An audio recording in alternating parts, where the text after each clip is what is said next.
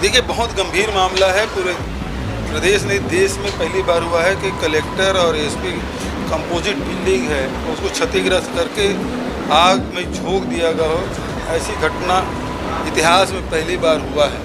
और ये मात्र यदि सतनामी समाज की बात ये लोग स्वीकार कर लेते, जो जोड़ा जैद खान को जो क्षति पहुंचाया गया अमर गुफा में, यदि उनकी बात मान ली जाती, वो सीबीआई जांच की मांग ही कर रहे थे, यदि वो मांग कर लेती तो बात समाप्त हो जाती, इतनी बड़ी घटना नहीं होती। और उसको षड्यंत्र तो हुआ है, मान रहे हैं, उसी की जांच चल रही, समय से बात सामने भी आएगी।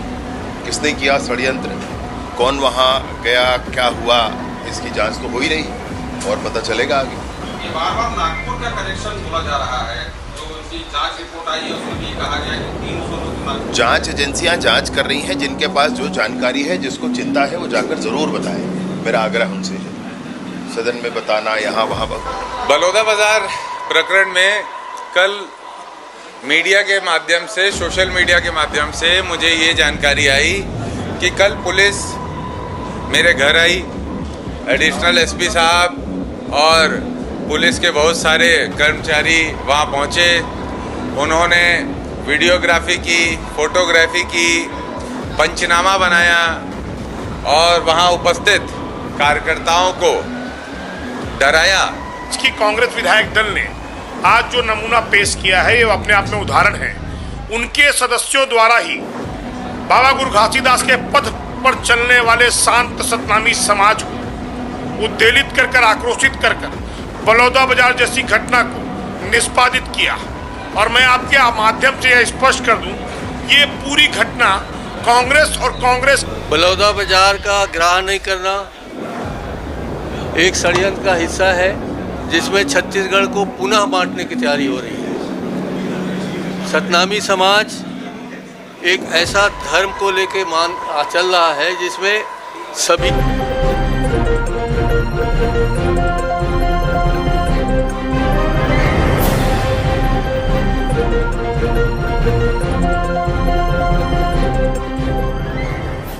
देखिए, बहुत गंभीर मामला है। पूरे प्रदेश नहीं, देश में पहली बार हुआ है कि कलेक्टर और एसपी कंपोजिट बिल्डिंग है उसको क्षतिग्रस्त करके आग में झोंक दिया गया हो। ऐसी घटना इतिहास में पहली बार हुआ है।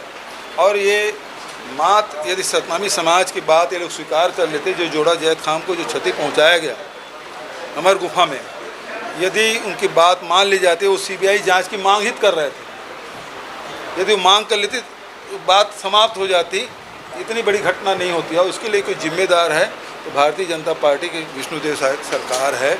बहुत सारे तथ्य थे, हमारे साथियों ने रखा भी, ग्राह्यता पे चर्चा करते हुए हम लोगों ने कहा कि ये कलेक्टर एसपी को निलंबित करना ये स्पष्ट करता है कि सरकार मान ली है कि उनसे सबसे बड़ी गलती हुई है, चूक हुई है। ये विष्णुदेव साय सरकार के सुशासन पर एक काला धब्बा है। षड्यंत्र तो हुआ है, मान रहे हैं, उसी की जांच चल रही, समय से बात सामने भी आएगी। किसने किया षड्यंत्र, कौन वहाँ गया, क्या हुआ, इसकी जांच तो हो ही रही है और पता चलेगा आगे। ये बार-बार नागपुर का कनेक्शन बोला जा रहा है, जो उनकी जांच रिपोर्ट आई है उसमें भी कहा गया कि 300 लोग नागपुर। जांच एजेंसियां जांच कर रही हैं, जिनके पास जो जानकारी है, जिसको चिंता है, वो जाकर जरूर बताएं। मेरा आग्रह उनसे है, सदन में बताना, यहाँ वहाँ। भाई जांच एजेंसियां जो जांच कर रही हैं उनको भी जरूर बता दें कि ऐसी ऐसी बात है और उस पर हमको जांच करनी चाहिए। आपको चिंता है, आप जरूर बताएं। बहुत सारे लोगों ने फीडबैक दिए, सबको देना चाहिए। कुछ तत्व ऐसे थे जो माहौल बिगाड़ने का प्रयास कर रहे थे। और निसंदेह हमारे छत्तीसगढ़ में बाबा गुरु घासीदास के अनुयायी हम सब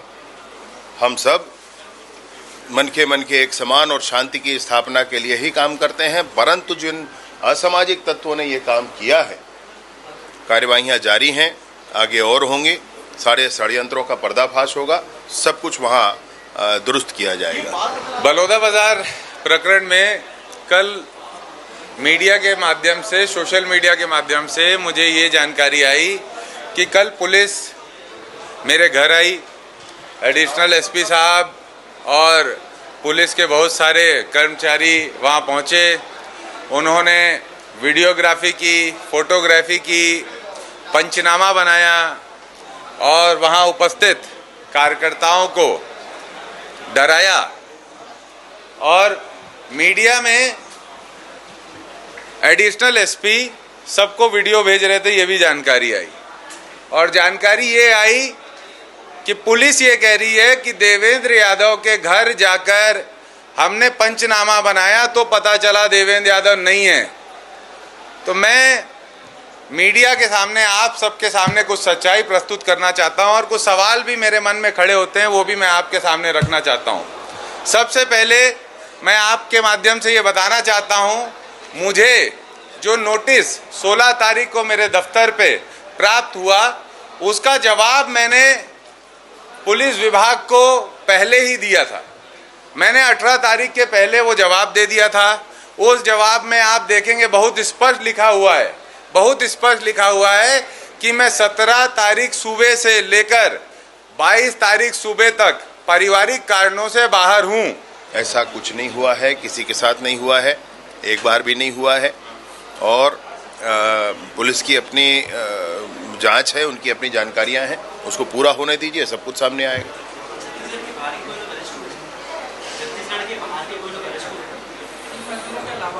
नहीं, अरेस्ट हुए हैं, नहीं, वे बलौदा बाजार वाले विषय में उसकी पूरी जानकारी मुझे नहीं है कितने लोग हैं, परंतु ये ज़रूर है कि लगभग 150 लोग गिरफ्तार हुए हैं। अब उसमें कौन कहाँ का है ये देखना पड़ेगा एक बार। ये एक सदस्य ने इसी सदन में कहा कि बहुत सारे राजस्व रिकॉर्ड जल गए हैं। मैंने उसके बारे में बात हुई थी। फॉर्मेट्स काफ़ी जले हैं, लेकिन रिकॉर्ड्स जले हैं ऐसा ज़्यादा नहीं हुआ है, ये बताया है वहाँ पे कलेक्टर ने अभी जो है ज़्यादा। बलौदा बाजार का ग्राह नहीं करना एक षड्यंत्र का हिस्सा है जिसमें छत्तीसगढ़ को पुनः बांटने की तैयारी हो रही है। सतनामी समाज एक ऐसा धर्म को लेके चल रहा है जिसमें सभी धर्म और जाति के लोग हैं। सतनामी समाज में सभी जात के लोग हैं और 1786 से जो एक प्रयास चल रहा है हमारे गरीब लोगों को एक साथ रखने की सद्भावना के साथ उसे नष्ट करने की एक षड्यंत्र यहाँ जारी हो रहा है। यहाँ समाज से समाज को ही लड़ाने की कोशिश हो रही है, यहाँ समाज से अन्य समाज को अलग करने की कोशिश हो रही है।